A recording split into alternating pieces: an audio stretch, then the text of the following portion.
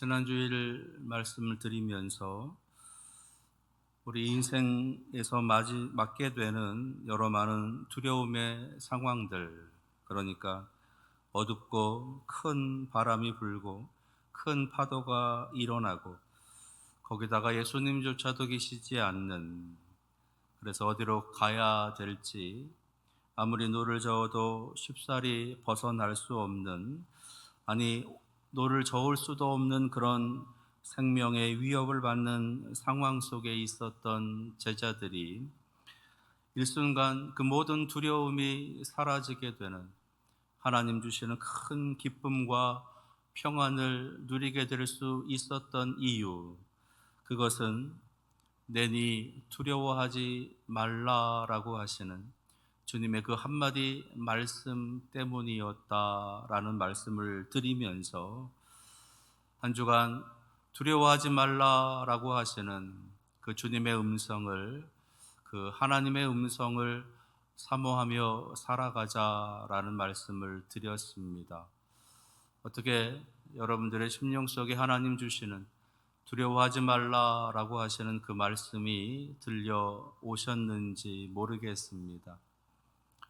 성도는 바로 그러한 하나님의 말씀을 듣고 살아가는 사람들입니다.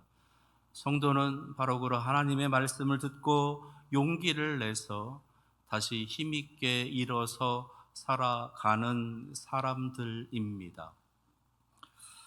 그러한 성도들이 고백하는 하나님이 있습니다. 성경은 그 성도들이 고백하는 그 하나님, 가장 첫 번째 그들이 고백하는 하나님은 창조주 하나님, 엘로힘의 하나님이다라는 것을 우리에게 알려주지요. 창조주 하나님, 그리고 그 하나님에 의해서 우리는 만들어진 존재, 피조물이다라는 겁니다.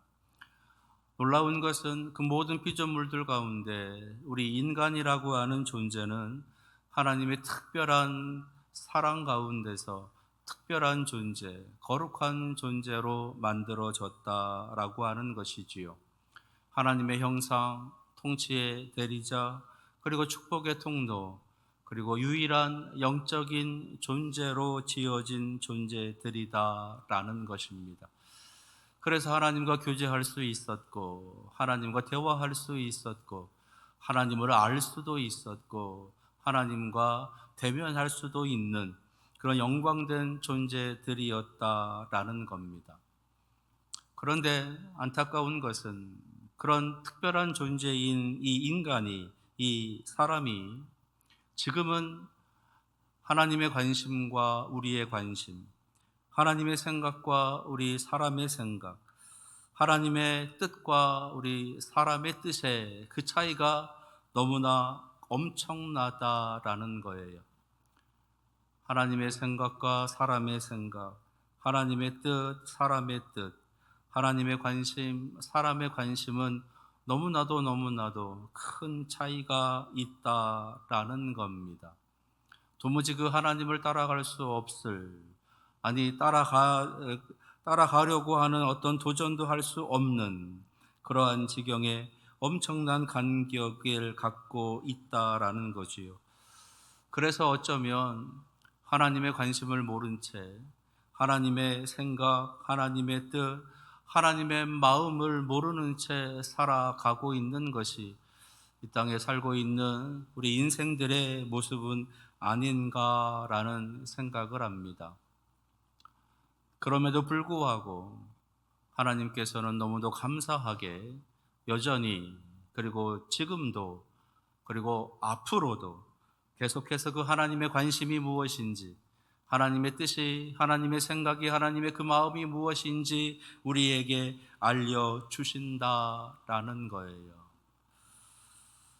오늘 우리가 함께 읽은 이 말씀, 요한복음 6장 22절에서 40절에 있는 이 말씀은 소위 생명의 떡 논쟁이라고 불려지는 말씀이십니다. 예수님께서 자신을 가리켜서 나는 생명의 떡이다 라고 말씀하고 계시는 그 내용이 담겨져 있는 거예요. 예수님께서 자신을 향해서 나는 생명의 떡이다 라고 말씀하시는 그 배경이 있습니다. 그것은 소위 오병이어 기적이라고 하는 그 놀라운 기적을 행하신 후에 예수님을 따르는 많은 사람들이, 아니 예수님을 따라오는 많은 사람들이 생겨나게 되었고, 그래서 그들을 향해서 예수님께서는 나는 생명의 떡이다 라고 아주 진지하게 그렇게 그들에게 설명해 주고 있는 그런 모습에서 나오고 있는 것이지요. 여기서 우리가 한 가지 생각해야 될 것은 그 많은 사람들이 예수님을 따라오는 이유가 무엇이었을까? 예수님을 따르는 사람들, 그들이 예수님을 따르는 이유, 오늘 말씀 속에서는 그 이유를 우리들에게도 알려주고 있습니다. 먼저 지난주에 잠시 읽어봤었던 말씀인데 14절, 15절에 있는 말씀을 보면 예수님께서 오병이어의 기적을 행하셨어요. 그래서 많은 사람들이 저 예수님은 하나님께서 우리에게 내려주시는 바로 그 선지자다라고들 그렇게 여겼습니다. 그래서 그 예수님을 데려다가 자신들의 왕으로, 임금으로 세우려고 하는 그런 시도를 하게 돼요. 그때 예수님께서는 그것들을 다 뿌리치고 홀로 산으로 올라가시게 됩니다. 그러니까 지금 이들이 예수님을 따라오는 이유는 예수님을 자신들의 왕으로, 임금으로 세우고자 하는 거예요. 놀라운 일을 행하셨기 때문에 그 수많은 사람들을 먹이게 되는 그 놀라운 양식을 공급하는 바로 분이었기 때문에 그 예수님을 왕으로, 임금으로 모시려고 한다라는 겁니다. 저 예수님을 우리의 왕으로 우리가 모시게 되면 우리가 적어도 먹을 것은 걱정하지 않겠구나. 우리가 살아가는 생의 모든 날들 동안 적어도 먹을 것은 더 이상 걱정 없이 살아갈 수 있겠구나라고 하는 그러한 생각에 예수님을 임금으로 그렇게 세우고자 하는 것이었어요.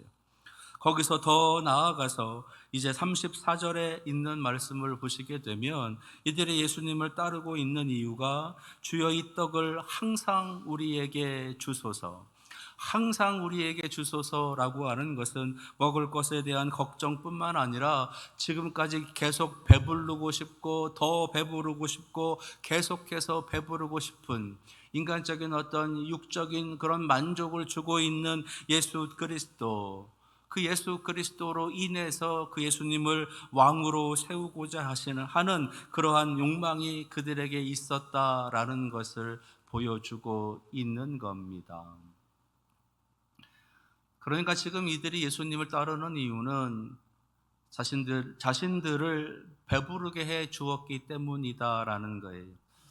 배부르게 해 주었을 뿐만 아니라 이제는 그 배부름을 넘어서 또 다른 만족을 충분히 줄 수 있는 분이다라고 여기게 되었기 때문이다라는 거지요. 육적인 만족, 세상적인 만족, 이 세속적인 만족을 채워줄 수 있는 분, 바로 그분이 예수님이기 때문에 예수님을 따라오고 있다라는 거예요.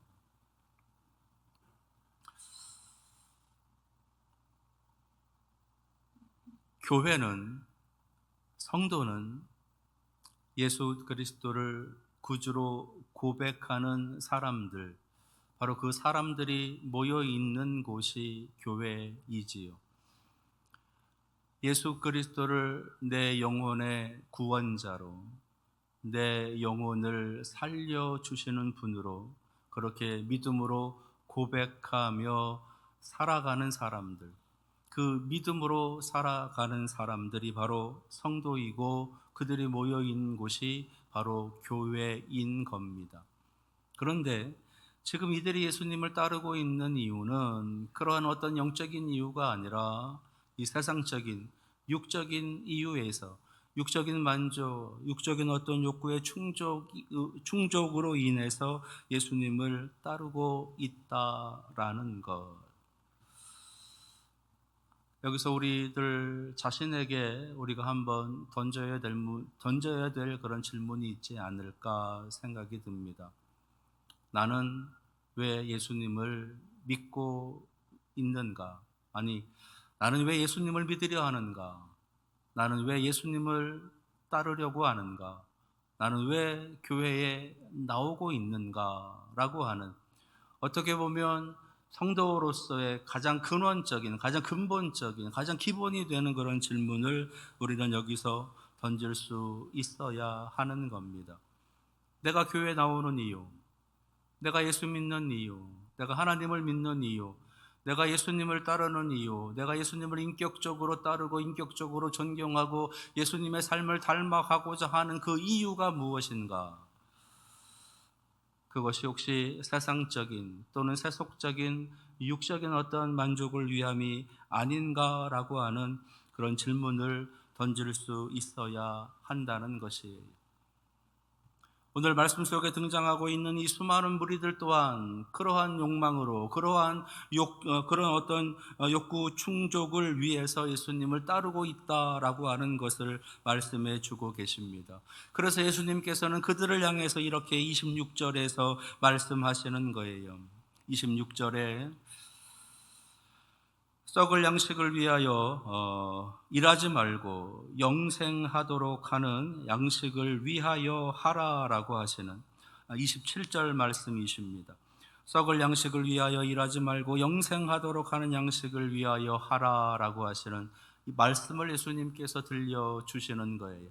여기서 썩을 양식이라고 하는 것은 세속적인 것들, 육적인 것들을 가리키는 것이고, 그것을 위해서 모이지 말고 영적인 것들을 위해서, 영생하도록 하는 그 양식을 위해서 일하라라고 하시는 말씀을 하는 겁니다.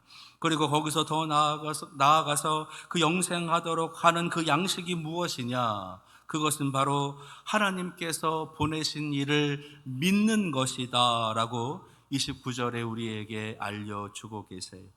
하나님께서 보내신 일을 믿는 것, 그것이 바로 하나님의 일, 그것이 바로 영의 일이다 라는 것을 우리에게 알려주고 계십니다. 그러니까 우리가 해야 할 일이 무엇인가? 썩을 이 세상에 있는 것들을 위한 그런 일들을 하지 말고 영생하도록 하는, 예수 그리스도를 믿게 하게 되는, 믿을 수 있게 되는 예수 그리스도의 믿음과 관련되어져 있는 그러한 일들을 사모하고 그것들을 추구하면서 살아가야 된다라고 하시는 말씀을 들려주시는 거예요.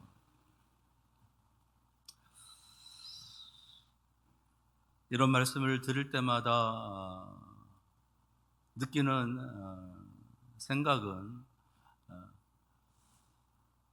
너무나 좀 현실과는 동떨어져 있는, 지금의 우리의 삶과는 좀 거리가 있는 그러한 말씀으로만 들려지고 있다라는 거지요.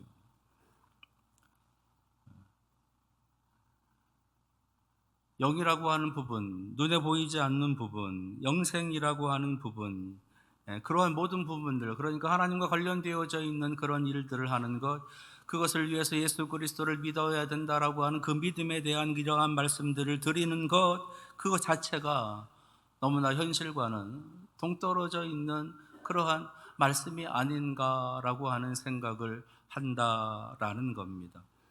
왜냐하면 여전히 우리는 세상 속에 살고 있고, 여전히 우리는 세상에서 살아가야 되고, 여전히 우리는 이 세상 속에서 육적인 부분들을 해결하면서 살아가야 하기 때문이다라는 거예요. 그래서 이렇게 말씀하시는 예수님, 그 예수님에 대해서 여기에 나오는 수많은 사람들도 그래서 예수님을 향해서 우리와 똑같은 그런 반문을 그렇게 드리고 있는 것입니다. 그것이 30절이에요. 그들이 묻되 그러면 우리가 보고 당신을 믿도록 행하시는 표적이 무엇이니까, 하시는 일이 무엇이니까, 무슨 말씀이냐? 그러면 우리에게 믿을 수 있는 증거를 보여달라. 우리가 예수님을 믿을 수 있는 표적을 보여달라. 우리가 예수님을 믿을 수 있는 그 일이 무엇인지 우리에게 알게 해달라라고 하는 것입니다. 그 영의 일이라고 하는 게, 영생하도록 하는 일이라고 하는 게, 하나님의 일이라고 하는 것이 무엇인지 우리에게 알려달라라고 그렇게 반문하고 있는 겁니다. 근데 지금 그렇게 말하고 있는 이들이 누구냐 하면, 어제 오병이어의 기적을 경험한 사람들이라는 거예요.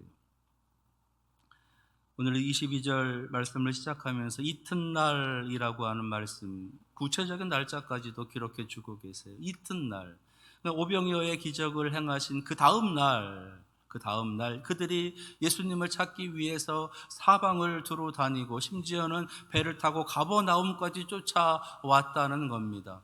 수많은 사람들이 거기에 그렇게 모여들었다라는 거예요. 그러면서 그들이 하는 말이, 우리가 예수님을 믿을 수 있는 표적을 보여달라.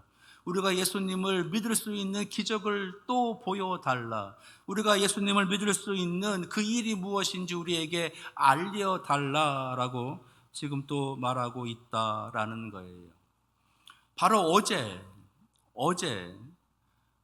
놀라운 그 오병이어의 기적을 경험한 사람, 예수 그리스도께서 하늘을 축사하시고 나누어 주셨던 그 보리떡 5개와 물고기 2마리, 그것을 직접 먹어본 사람, 그래서 그 먹고 남은 광주리가 12광주리나 되었던 것을 현장에서 직접 목격한 사람, 그 사람들이 내가 예수님을 믿을 수 있는 표적을 좀 보여달라고, 내가 예수님을 믿을 수 있는 기적을 보여달라고, 내가 예수님을 믿을 수 있는 그 일이 무엇인지를 내게 좀 알려달라고 여전히 요구하고 있다라는 거예요. 그 말은 예수님께서 36절에서 한탄하시면서 하시는 말씀처럼 너희는 나를 보고 믿지 않는다라는 겁니다. 지금 그들은 예수님을 보고 믿지 않고 있는 거예요. 어제 그 놀라운 오병이어의 기적을 행하신 예수 그리스도, 그분을 믿지 않고 있는 겁니다. 왜? 지금 또 배고프니까,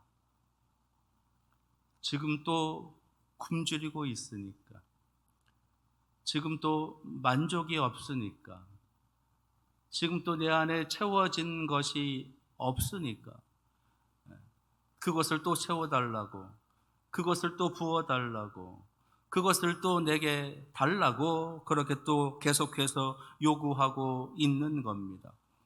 바로 어제 하나님의 은혜를 경험했음에도 불구하고, 바로 어제 놀라운 그 기적을 직접 체험했음에도 불구하고 여전히 투정하고 여전히 불평하면서 내가 예수님을 믿을 수 있는 근거, 내가 하나님을 믿을 수 있는 증거, 내가 하나님을 믿을 수 있는 은혜를 달라고 계속해서 그렇게 하나님을 향해서 요구하고 있는 거지요.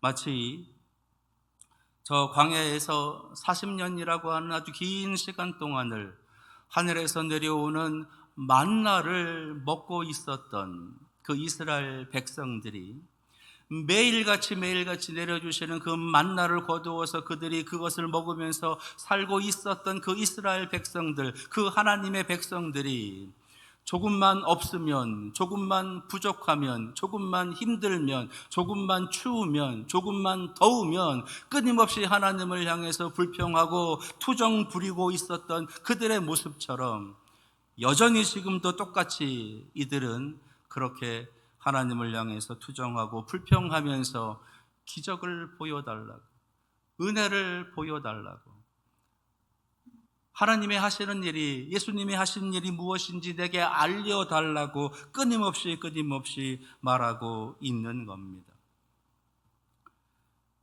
이것이 지금 이들의 모습인 거고,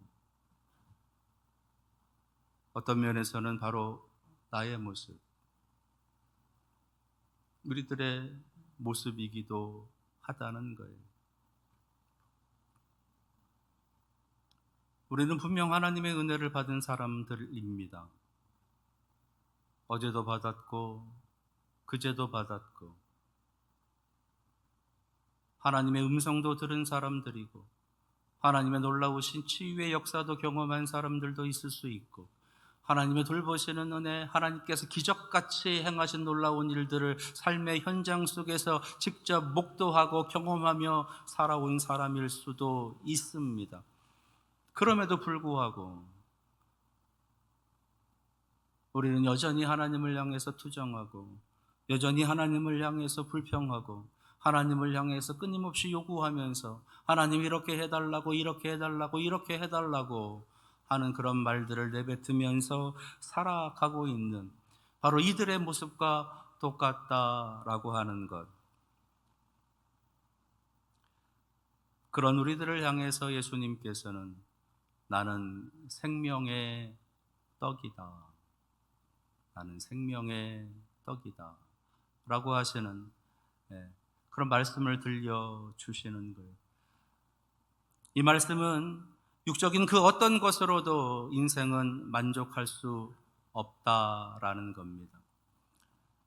이 하나님의 위대한 창조물, 하나님의 특별한 창조물인 이 인간을 만족시킬 수 있는 것은 바로 이 영적인 은혜, 이 영적인 양식을 통해서만 만족이 된다라는 것을 우리에게 알려주시는 거예요.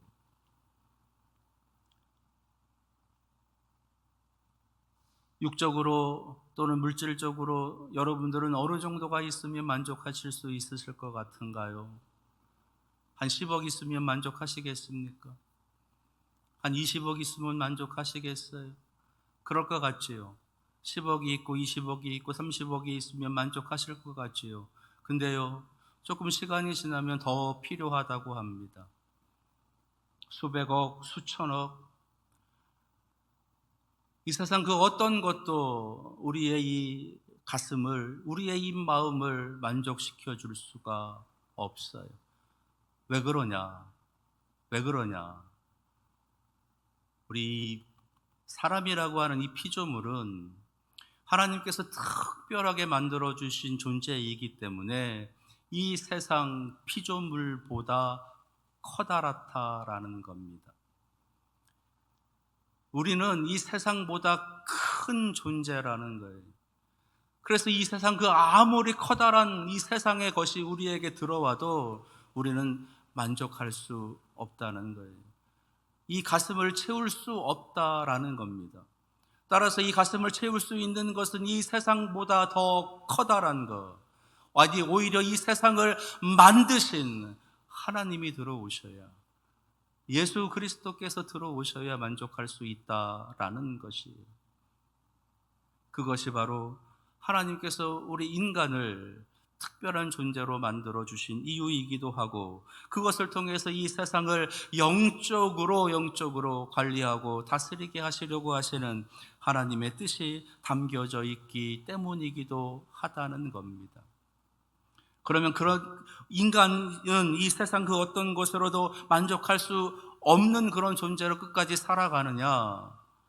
성경은요, 그렇게 말씀하시지 않아요. 성경에는요, 기적을 체험하지 않고도 하나님을 따르는 자들, 예수 그리스도를 따르는 자들이 많이 나옵니다. 예수님에 관한 소문만 들어도 예수님을 향해서 달려가는 사람들이 있습니다.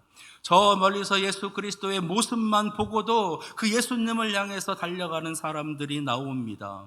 예수 그리스도의 그 옷깃만 스쳐도 자신에게 놀라운 은혜가, 놀라운 기적이 일어난다라고 하는 것을 직접 그렇게 느끼는 그러한 사람도 있어요.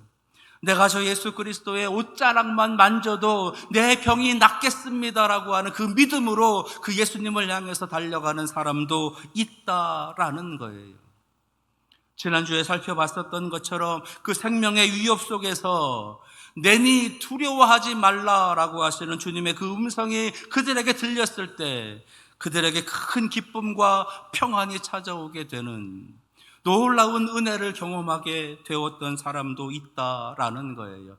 그냥 그 음성만 들어도, 예수님의 음성만 들어도, 예수님의 호흡만 들어도, 예수님의 모습만 봐도 마음의 평안이, 삶의 평안이, 마음의 용기가, 삶의 용기가 나서 다시 일어서는 사람들, 그래서 이 세상의 그 어떤 두려움과 맞서 싸워 승리하며 살아가는 사람들이 있다라는 겁니다. 삶에서 샬롬을 누리는 사람들, 나아가서 저 영원한 하나님의 나라를 사모하고 영생을 사모하며 살아가는 사람들이 있다라는 거예요.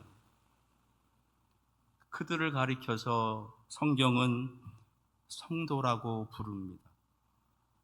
그들을 가리켜서 성도라고 부르는 거예요. 여러분들은 어떠신가요?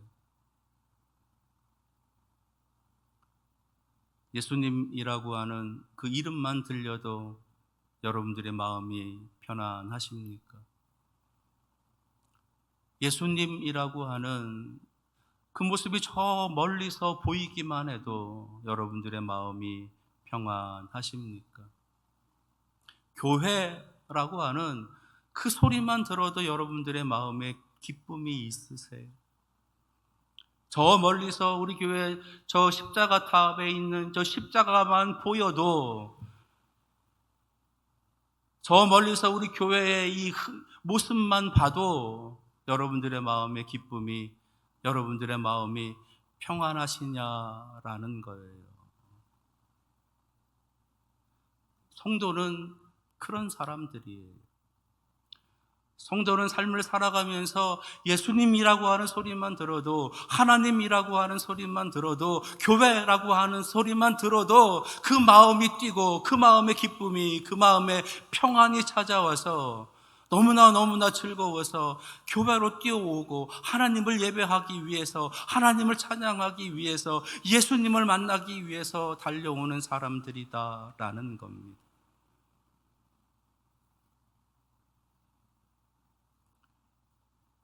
예수님께서 이 땅에 오신 이유가 바로 그것 때문인 거예요. 그렇게 살아갈 수 있는 힘, 그렇게 살아갈 수 있는 은혜, 그렇게 살아갈 수 있는 동력을 우리에게 주시기 위해서 나는 생명의 떡이다 라고 하시면서 우리에게 오신 거예요.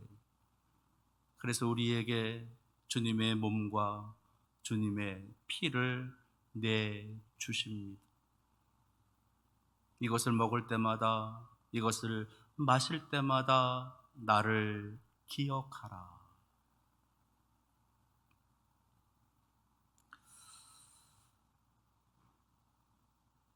여러분들은 성도들입니다.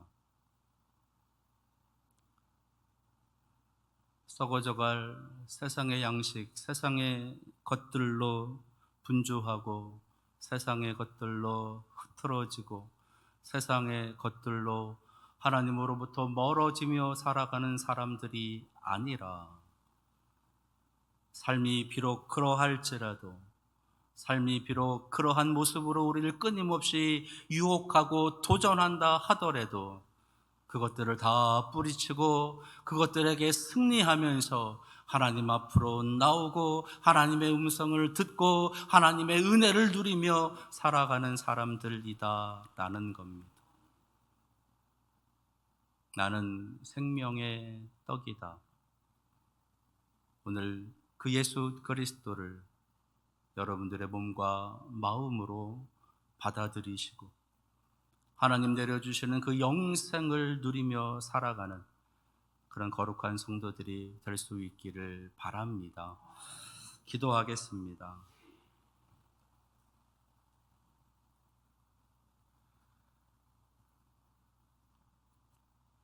이것을 먹을 때마다, 이것을 마실 때마다 나를 기억하라 하시면서 나는 생명의 떡이라 말씀하십니다.